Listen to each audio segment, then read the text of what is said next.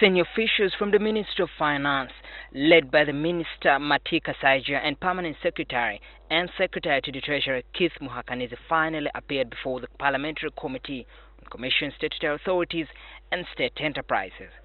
The officials had postponed their appearance on a number of occasions as the MPs waited to have them explain the role in the 6 billion shillings all cash bonanza that the committee is investigating. Finance Minister Matia Kasaija was tasked to explain how the money for the so-called presidential handshake was secured and what role he played. He was not a beneficiary though. Categorically, me, I'm not a beneficiary at all. I only authorized the money, but I did not benefit even a single cent. The ministry's permanent secretary to the Treasury, Muhakanizi, began his submission by apologizing to the committee and the country, saying his team made a technical error while seeking parliamentary approval on the 6 billion shillings payout. On behalf of the mistake we made, technical mistake we made, when we were presenting a supplementary to Parliament, we presented it wrongly. And I take that ownership as the leader of the technical team. I sincerely apologize for that technical mistake. But Committee Chairman Abdi Katuntu asked the Finance Ministry officials to be clear on the apology. It was then that the team admitted that they labelled the 6 billion shillings reward to 42 government officials involved in the successful oil tax litigation as a supplementary budget to pay non-teaching staff. There was an indication of the funding being for non-teaching staff of universities. Found out later it was the money meant for the handshake. So, can you now correct that money was for what? Non-teaching staff of public universities, when actually it was not the case. Now, the error arises out of the fact that that description should have appeared under the vote of Uganda Management Institute.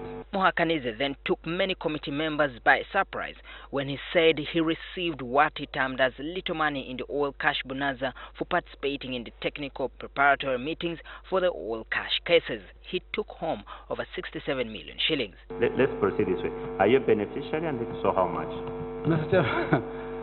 Mr. Chairman, I got the casing.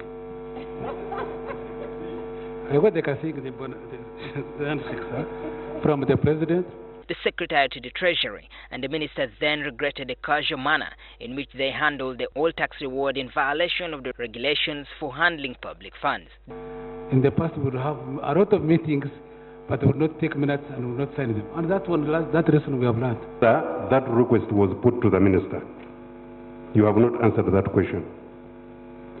Secondly, I'm wondering how, without that request being put to the Minister, how the payment process went on. What authority were they using? I totally agree with you. When you are the volume of work I do, but I take ownership of what you have of this letter, although I think... No, the ownership is not the problem. You wrote the letter. I am saying that, Mr. Chairman. And the Minister was also wrong to give you instructions.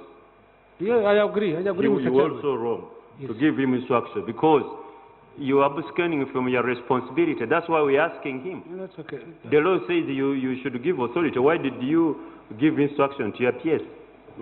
Mr. Chairman, I agree. Absolutely, Mr. Chairman. I know we are under pressure of elections, but this was after. Yes. I thought it was, because otherwise I would have told you, why didn't you send me the letter? They used to send me letters in the constituency for my citizens.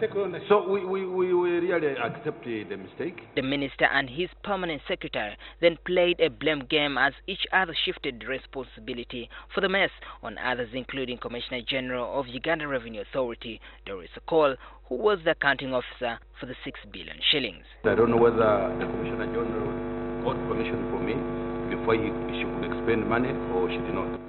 I consulted the Minister, and the Minister says, I'm going to give a supplementary. The PSRN again wrote to her that advising the URA to meet the expenditure within within the funding available in the budget for financial year 2016-17, on the understanding that a supplementary will be provided to replenish the budget. The 60 days that the committee was given by Parliament to investigate the 6 billion presidential handshake is coming to an end. But the committee has not yet met all the officials or different witnesses that are supposed to appear to give evidences to what they have to say regarding the 6 billion shillings. And the interaction is not yet over with the Minister of Finance, and next week they are supposed to meet again. Maurice Ochol, NTV Weekend Edition.